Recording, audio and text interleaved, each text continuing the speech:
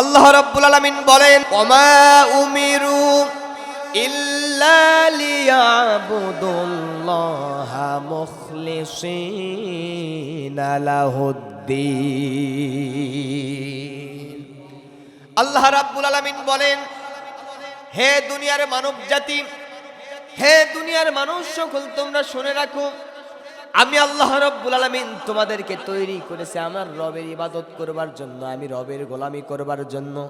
তবে তোমার গোলামি, তোমার দাসত্ব, তোমার ইবাদত, তোমার বন্দেগী কোনো মানুষকে দেখানোর জন্য হবে না, সুনাম অর্জনের জন্য হবে না।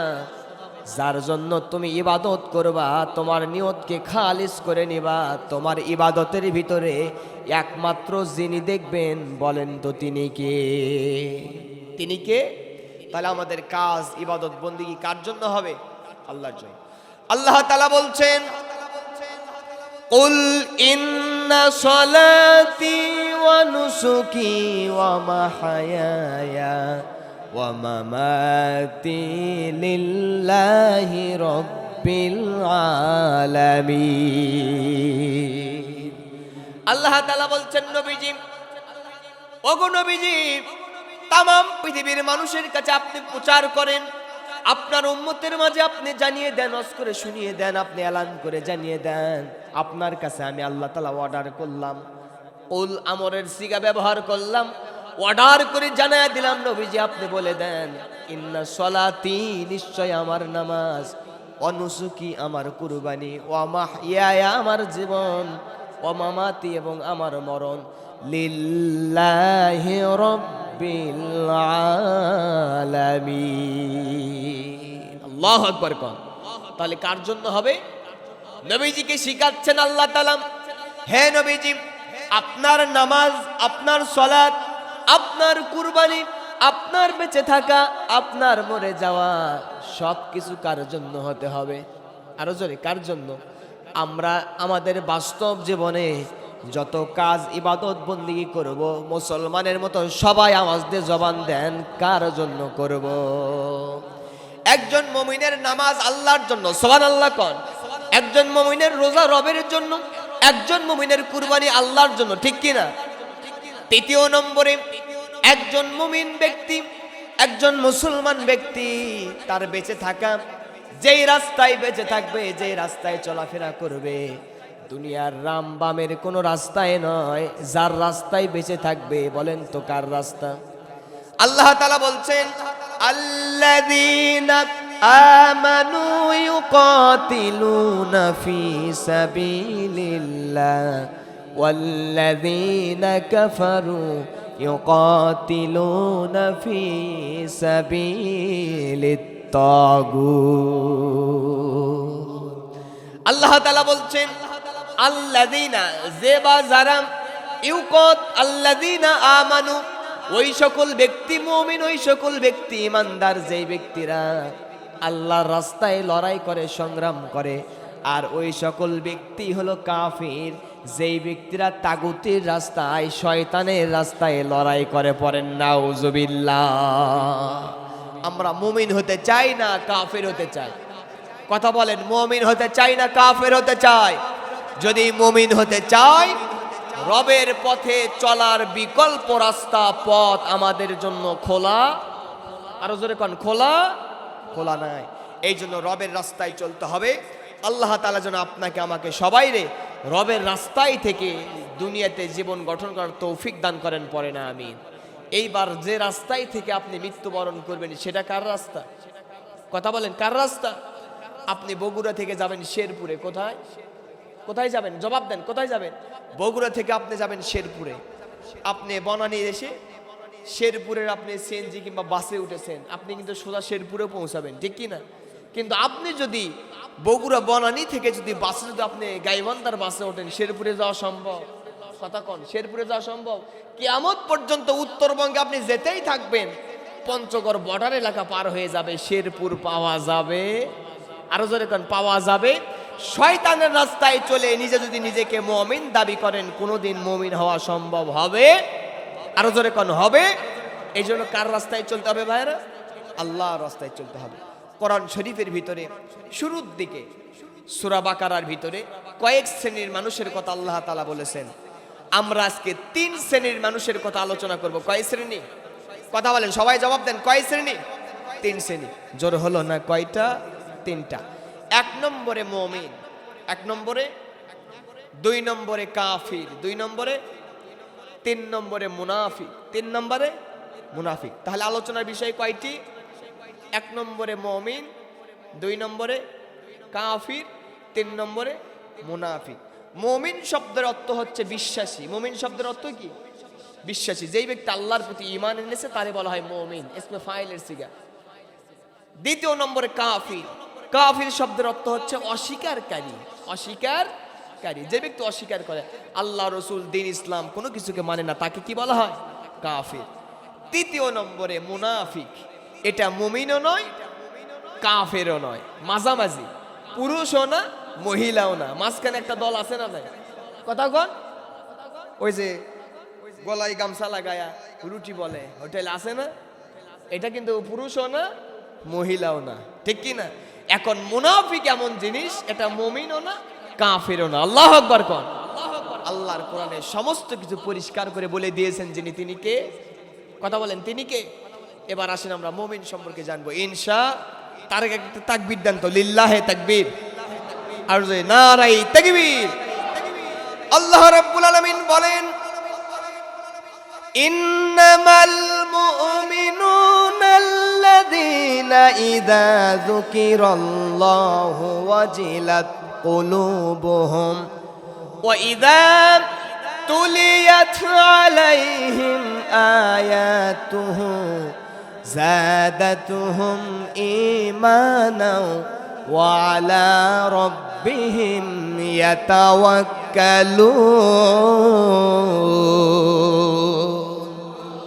আল্লাহ রাব্বুল আলামিন বলেন, ইন্নামাল মুমিনুন, ওই সকল ব্যক্তিরাই প্রকৃত মুমিন, ওই সকল ব্যক্তিরাই প্রকৃত বিশ্বাসী ব্যক্তি, যেই ব্যক্তিদের সামনে আল্লাহ তাআলার জিকির করা হলে তাদের অন্তরকরণ কলবগুলো নড়ে ওঠে। আল্লাহু আকবার কোন। 2 নম্বরে, এই ব্যক্তিদের সামনে ওয়া ইযা তুলিয়াত আলাইহিম আয়াতুহু, যখন রবের কথাগুলো আলোচনা করা হয়, রবের কোরআন থেকে তাফসীর করা হয়, বায়ান করা হয়, দেখা যাবে এই ব্যক্তিদের ইমানের জজবা 0 থেকে 100 পর্যন্ত পৌঁছে যায়। 3 নম্বর আল্লাহ তাআলা বলছেন, ওয়া আলা রাব্বিহিম ইয়াতাওয়াক্কালুন।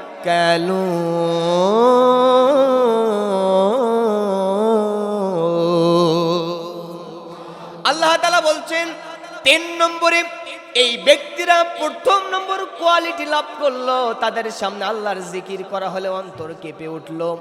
2 নম্বরে, আল্লাহর আয়াত তেলাওয়াত করা হলে ঈমান বৃদ্ধি পেল। 3 নম্বরে, এই ব্যক্তিদের সামনে এত কিছু অর্জন হবার পরে রব ছাড়া কারো প্রতি ভরসা রাখে। আরো জোরে কোন, রব ছাড়া কারো প্রতি ভরসা রাখে। এটা মুমিনের গুণাবলী। হাদিস শরীফের ভিতরে যান, আন আনাস রাদিয়াল্লাহু তাআলা আনহু قال النبي صلى الله عليه وسلم لا يؤمن احدكم حتى اكون احب اليه من والده وولده والناس اجمعين। নবী আমার বলেন তার পাক জবান দ্বারা, নবীজির খাদেম 10 বছরের খাদেম হযরত আনাস রাদিয়াল্লাহু তাআলা আনহু বলছেন, নবীজির কেমন খাদেম ছিলেন? একজন মুনিব, একজন কর্মচারী কিন্তু জানতে পারবে তার মালিকের আচার আচরণ ভালো না খারাপ, ঠিক কিনা? আরো জোরে, ঠিক কিনা? আমি হুজুর, আমার সঙ্গে যারা সফর সঙ্গী থাকে, আমার সঙ্গে যারা চলাফেরা করে, তারাই কিন্তু বলতে পারবে হুজুর এটা কয় নাম্বার। কথা কয় না, ঠিক কিনা? হুজুর কয় নাম্বার? হুজুরের গাড়ির ড্রাইভার আর হুজুরের সফর সঙ্গীকে 200 টাকা পকেটে ঢুকাই দেন, দেওয়ার পরে একটু গোপনে সাইডে নিয়ে যা বলেন, ভাই বলেন তো আপনাদের হুজুরটা কেমন, হুজুরের আচার আচরণ কেমন, হুজুরের চাল চলন কেমন। দেখা গেল ওই কাছের মানুষ বলতে পারবে হুজুর সারা রাত আলোচনা করেছে, ফজরের নামাজ পড়ে না, ঠিক কিনা? তাহলে নেতা কেমন, নেতার কর্মচারী, নেতার সঙ্গে যারা ঘোরে তারাই কিন্তু বলতে পারবে, ঠিক কিনা? হুজুর কেমন, হুজুরের সফর সঙ্গী কিন্তু বলতে পারবে, ঠিক না ভাই? ঠিক। এই জন্য চারজন চারটা জিনিস মানুষকে পীর সাহেব বড় হুজুর শায়েক মানতে পারে না। পীর মানে না মাই, পীর মানে না গাই, পীর মানে না জরুতি, পীর মানে না গরুতি, ঠিক কিনা? এক নাম্বার, পীর মানে না মাই। মায়ের কাছে কিন্তু আপনি কখনো পীর সাহেব হইতে পারবেন, আরো জোরে কোন পারবেন? মায়ের কাছে যদি আপনি পীর সাহেব সাজেন, মা বলবে আরে বেকুব, তুই না সেই দিন তোর বউকে পিটালি, কথা কন। দ্বিতীয় নম্বরে, পীর মানে না মাই, পীর মানে না গায়। গ্রামের মানুষের কাছে আপনি নিজে নিজে পীর সাহেব শায়েক কিন্তু হতে পারবেন। পীর মানে না জরুতি, জরুতি মানে হলো বউ। নিজের বউয়ের কাছে কিন্তু পীর সাহেব সাজা যায় না, কারণ নিজের বউ জানতে পারবে আপনার নাট বল্টু কোথায় ঢিল আর টাইট আছে, ঠিক কিনা? 4 নম্বরে, পীর মানে না গরুতি। আপনি ওই ফুসফুসানি ঢিসানি গরুর কাছে যা যদি বলেন ভাই আমি অমুক দরবারের বড় পীর সাহেব, তুই যেন আমারে ঘুতা দিস না, গরু সাহেব ডাক দে বলবে পীর সাহেব আপনি আমার কাছে আসেন, আপনারে দেই গুতাগুতি শুরু করি, ঠিক কিনা? আমার বন্ধুগণ, নবীজির খাদেম দীর্ঘ 10 বছর পর্যন্ত নবীজির খেদমত করেছেন। ছোট্টবেলায় নবীজির কাছে তার মা রেখে গিয়েছেন। হযরতে আনাস ডাক দিয়ে বলছে দুনিয়ার মানুষেরা শুনে নিয়ে যাও, আমার বিশ্ব নবী, দয়ার নবী, মায়ার নবী, নুরানি নবী, দীর্ঘ 10 বছর পর্যন্ত তার খেদমতে ছিলাম। একটা দিনের জন্য বিশ্ব নবীজি আমাকে চোখ উঁচু করে, চোখ মোটা করে, চোখ লাল করে কোনো কথা বলে নাই। একদিন হযরতে আনাসকে বলেছেন, আনাস অমুক জায়গায় যাও, একটা অর্ডার দিয়েছেন কাজ করবার জন্য। হযরতে আনাস রওনা দিয়েছেন। রাস্তার প্রতিমধ্যে ছোট্ট মানুষ খেলাধুলার আয়োজন দেখে খেলাধুলার তিনি মত্ত হয়ে গেছেন। এই দিকে বিশ্ব নবীজি দেখতেছেন আনাস রে যেই কাজের জন্য দিয়ে পাঠালাম, আনাস তো সেই কাজ করে না। নবীজি আনাসের পাশ দিয়ে সেই কাজটুকু করে আসবার পরে আনাসের অনেকক্ষণ পরে মনে হয়ে গেছে রাসূল তো আমাকে একটা কাজ দিয়েছিল।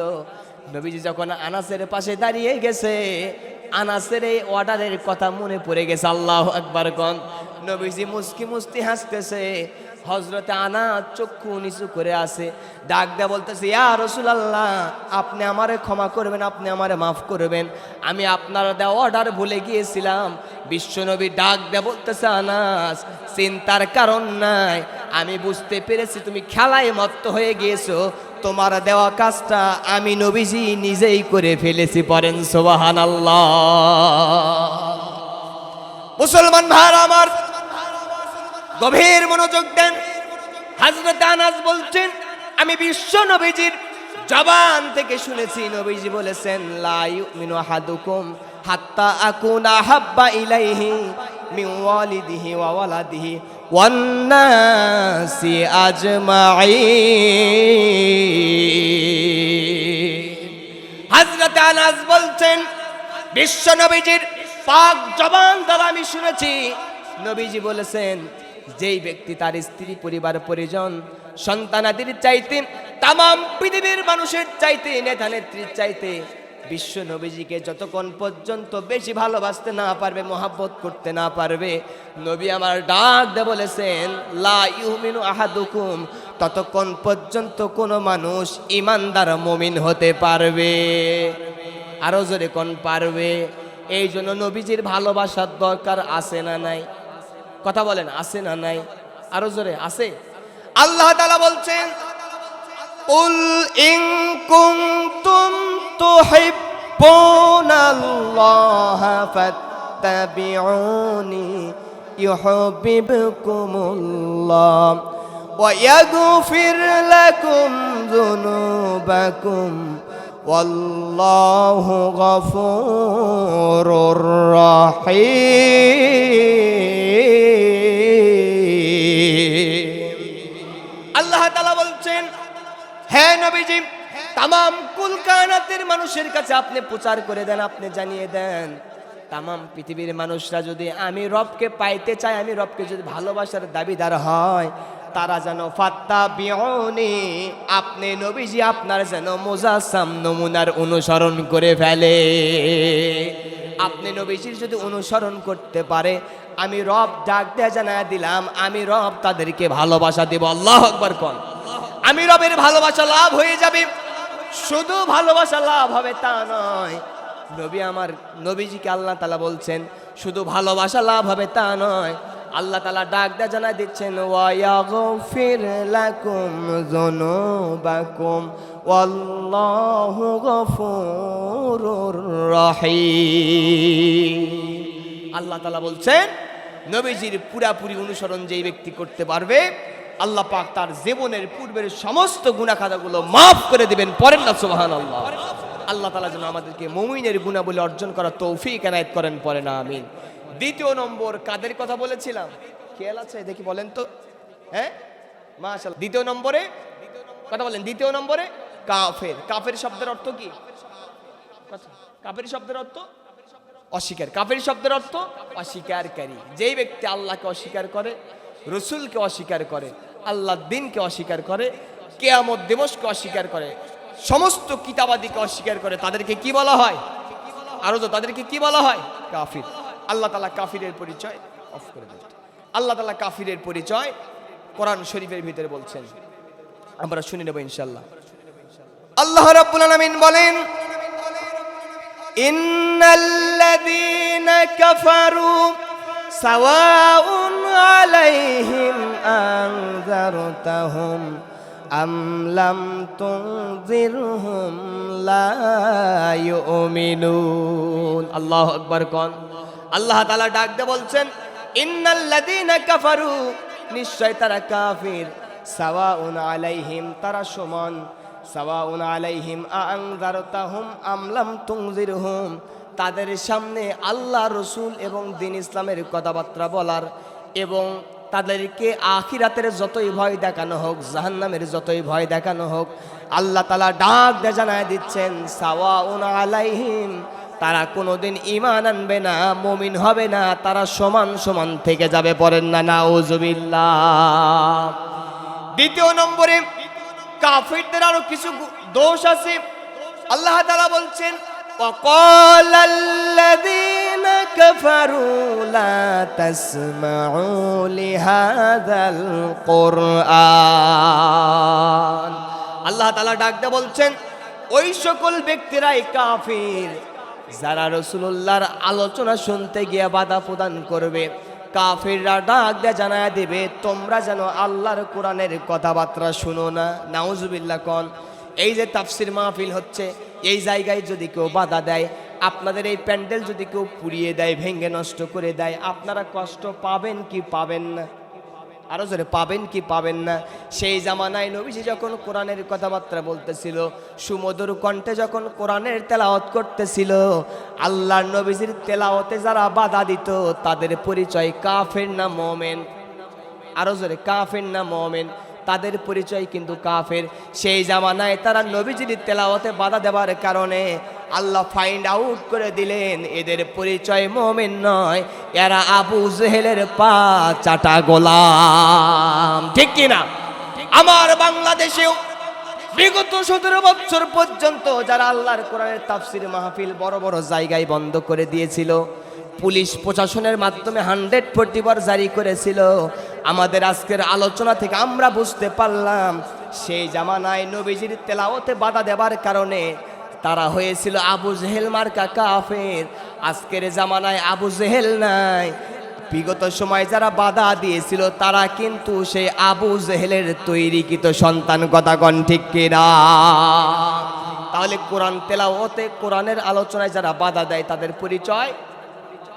পরিচয় আল্লাহ তাআলা বলছেন وقال الذين كفروا لا تسمعوا لهذا القرآن والغوا فيه لعلكم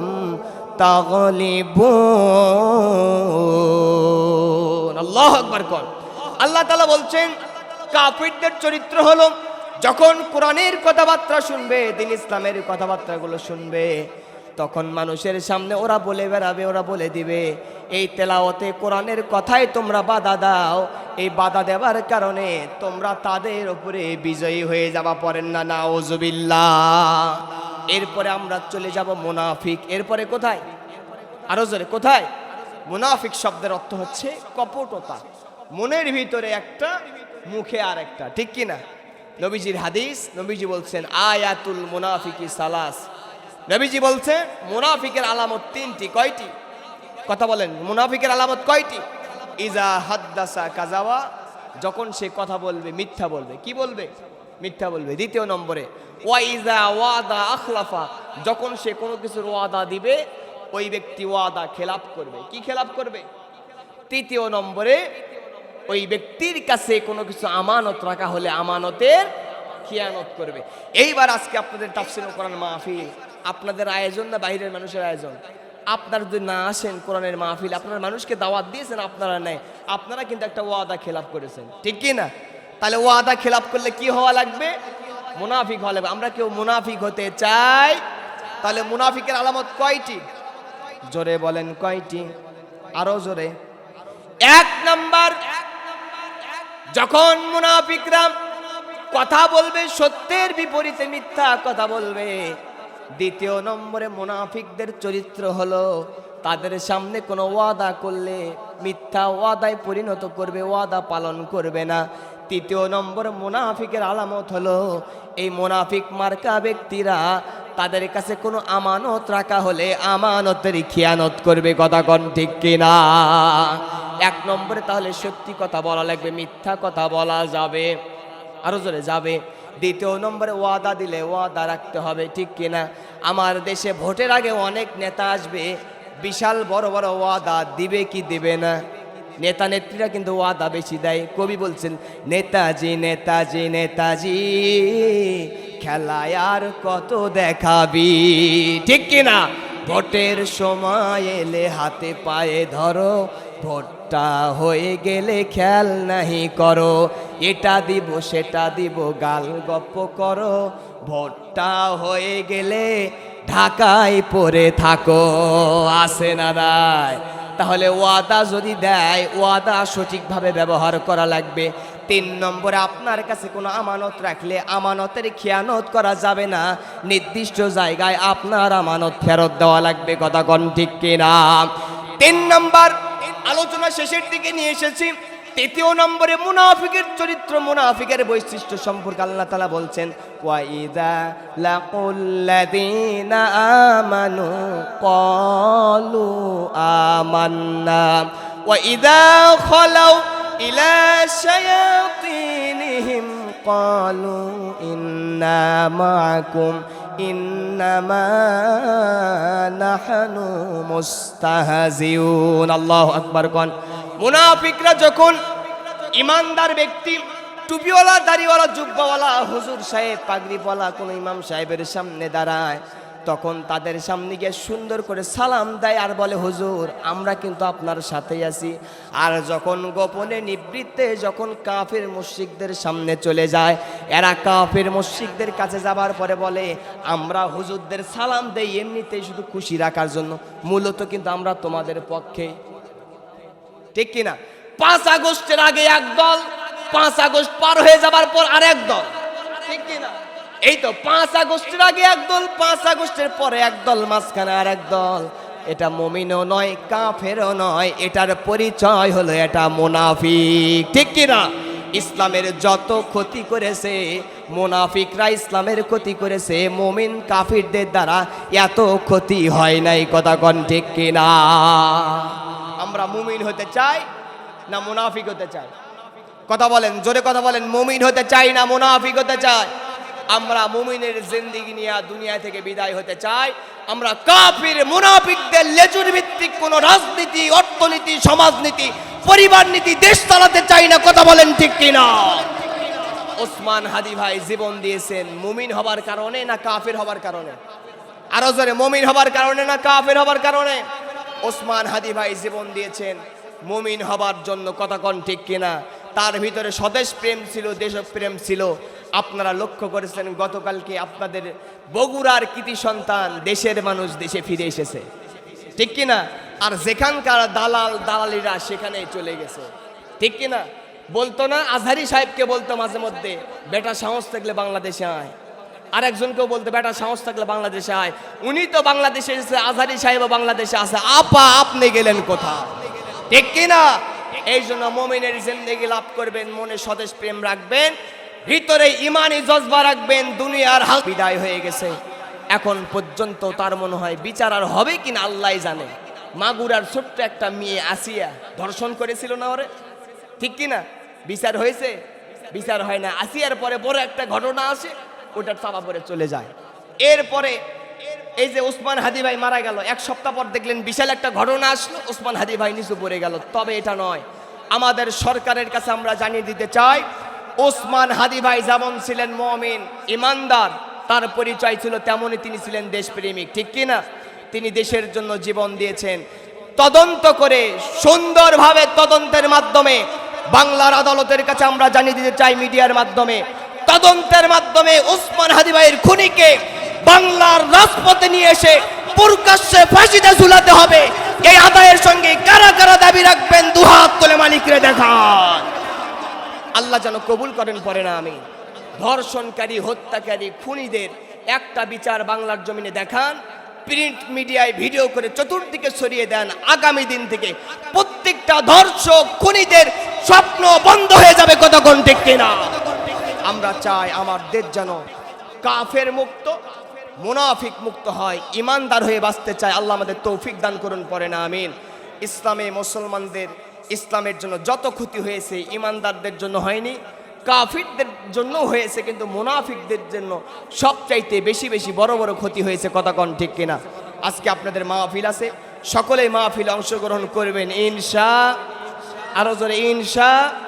নতুন একটা বিষয়ের উপরে আলোচনা রাখবো, আল্লাহ তাআলা যেন আমাদেরকে সঠিকভাবে আসবার তৌফিক দান করেন পরে না আমিন। আরেকটা কথা মুনাফিকদের শুনে রাখেন, মুনাফিকদের বনি, আজকে 2-4 মিনিট একটু দেরি করি কারণ লোকজন মেহমান আছে, ঠিক কিনা?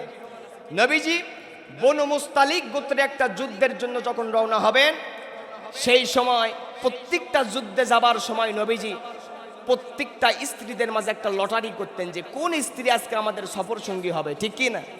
কিন্তু বনু মুস্তালিক গোত্রের এই যুদ্ধের সময় নবীজির সঙ্গে সাথী হলেন নবীজির একটা স্ত্রী, শেষ স্ত্রী, ছোট স্ত্রী, নাম হচ্ছে আম্মাজান উম্মুল মুমিনিন হযরতে আয়েশা সিদ্দিকা রাদিয়াল্লাহু তাআলা আনহা। তিনি রাসূলের সঙ্গে জিহাদের ময়দানে চলে গেলেন, যুদ্ধের ময়দানে গেলেন। হযরতে আম্মাজান আয়েশা রাদিয়াল্লাহু তাআলা আনহা অত্যন্ত পাতলা চিকন ধরনের মহিলা ছিলেন, ছিপছিপে খুব হালকা শরীরের মহিলা ছিলেন। উঠের ওপরে সুন্দর একটা গদি হাওদা বেঁধে উঠের ওপরে বসায় দেওয়া হয়েছে। যুদ্ধের ময়দানে চলে গেলেন, যাবার আগে তিনি তার বোন আসমার থেকে একটা হার তিনি ধার করেছিলেন। কি ধার করেছিলেন? একটা হার ধার করেছিলেন। যুদ্ধ যখন সব শেষ হয়ে গেল, যখন লোকজন যখন ফিরে আসবেন, ফিরে আসবার সময় আম্মাজান আয়েশা রাদিয়াল্লাহু তাআলা আনহা ইস্তেনজা সারবার জন্য, প্রাকৃতিক চাপ সারবার জন্য, হয়তো প্রসাব পায়খানা সারবার জন্য একটু তিনি দূরে চলে গেলেন। এইদিকে জিহাদের ময়দান থেকে রাসূল ঘোষণা দিল, সবাই এখন নির্দিষ্ট স্থান মদিনার দিকে চলে যাও। আল্লাহু আকবার কোন। মদিনার দিকে সবাই চলে আসতেছে। এইদিকে আম্মাজান আয়েশা রাদিয়াল্লাহু তাআলা আনহা কোথায় গেছেন? ইস্তেনজা করার জন্য। কোথায় গেছেন? প্রাকৃতিক হাজত পরিপূর্ণ করবার জন্য। সামনে যখন অগ্রসর হলেন, যাবার পরে তিনি যখন তার কাজ শেষ করে ফিরে আসবে, এসে দেখে গলার উপরে হাত দিয়া দেখে আমার গলার ভিতরের হাড়টুকু হারিয়ে গেছে। কি হারিয়ে গেছে? হাড় হারিয়ে গেছে। আম্মাজান আয়েশা কি করলেন? হাড় খুঁজবার জন্য আবার তিনি রওনা দিলেন। যাবার পরে খোঁজাখুঁজির পরে তখন যখন তার কাজগুলো শেষ হয়ে গেছে, আম্মাজান আয়েশা এবার ফিরে আসলেন। ফিরে এসে দেখে উটের দায়িত্বে যেই ব্যক্তি ছিল ওই ব্যক্তি উট নিয়ে চলে গেছে। কারণ আম্মাজান আয়েশার শরীর পাতলা থাকবার কারণে উটের দায়িত্বে যেই সাহাবীরা ছিল তারা মনে করেছে আম্মাজান আয়েশা মনে হয় উটের পিঠের ওপরে আছে। আল্লাহু আকবার কোন। উট চলে গেছে। এইদিকে সব মানুষ মদিনার উদ্দেশ্যে চলে আসলো, কিন্তু নবীজির একটা সুন্নাত ছিল, শেষ পর্যন্ত একজন সাহাবী রক্ষণাবেক্ষণের দায়িত্বে থাকবে। কোথায় কার কোন মাল সামান হারিয়ে গেল না অবশিষ্ট থাকলো এটা দেখাশোনা করবে, শেষ পর্যন্ত ইনি নিয়ে চলে আসবে। সেই সাহাবীর নাম হযরতে সাফওয়ান। পড়েন আল্লাহু আকবার। শেষ পর্যন্ত আম্মা জান আয়েশা বুঝতে পারলেন সব লোকজন যখন চলে গেছে, আমি এখন কি করব। তিনি অত্যন্ত বুদ্ধিমতী ছিলেন, চালাক ছিলেন, অনেক জ্ঞানের অধিকারিণী ছিলেন। তিনি চিন্তা করলেন, যেই জায়গায় আমার উট ছিল সেই জায়গায় আমি বসে থাকবো। এই জায়গায় যদি আমি বসে থাকি, যেই সকল লোক আমাকে ছেড়ে চলে গেছে আমাকে খুঁজে পাইতে সহজ হবে, ঠিক কিনা? আপনারাও যদি কোথাও হারিয়ে যান কোনো জায়গা থেকে, পূর্বের জায়গায় বসে থাকবেন। যদি আপনিও খোঁজাখুঁজি করেন, পিছনে আপনাকে যারা খুঁজতে আসবে ওরাও খোঁজাখুঁজি করবে, ঠিক কিনা? কারো দেখা কেউ পাবে। আম্মা জান আয়েশা বুঝতে পারলেন, আমি পূর্বের জায়গায় বসে থাকবো, আগের জায়গায় বসে থাকবো। কোনো মানুষ আজ খুঁজতে আসলে আমাকে সহজেই পেয়ে যাবে। এই জ্ঞান যিনি দিয়েছিলেন তিনি কে? আম্মা জান আয়েশা বসে আছেন। সেই সময় পর্দার আয়াত নাজিল হয়নি। পর্দার আয়াত নাজিল হবার পূর্ব মুহূর্তে আগের যুগে যে সাহাবী দায়িত্বে ছিল, ওই সাহাবী যখন রাত্রিবেলা আম্মা জান আয়েশার কাছে যখন আসলেন, এসে দেখলেন চাদর মুড়ি দিয়ে একটা ব্যক্তি বসে আছে। নবীজির সাহাবী তার কাছে গেলেন, চেহারা দেখার সঙ্গে সঙ্গে আল্লাহু আকবার বলে উঠলেন। আম্মা জান আয়েশা রাদিয়াল্লাহু তাআলা আনহা বুঝতে পারলেন আমার সামনে একটা পুরুষ মানুষ। তিনিও ইন্না লিল্লাহি ওয়া ইন্না ইলাইহি রাজিউন বললেন। তাকায়া দেখে নবীজির সাহাবী, তিনি তার মুখটুকু ঢেকে নিলেন। তিনি বুঝতে পেরেছেন ইনি আম্মা জান উম্মুল মুমিনিন হযরত আয়েশা। ডাক দিয়ে বললেন, আম্মা জান আপনার কি খবর, এখানে কেন? তিনি সমস্ত ঘটনা যখন খুলে বর্ণনা করলেন, তখন তাকে নিয়ে সাহাবী যখন মদিনার দিকে আসতেছে, এই দিক থেকে পিছনে পিছনে মুনাফিকদের সর্দার আব্দুল্লাহ ইবনে উবাই আর বসে নাই।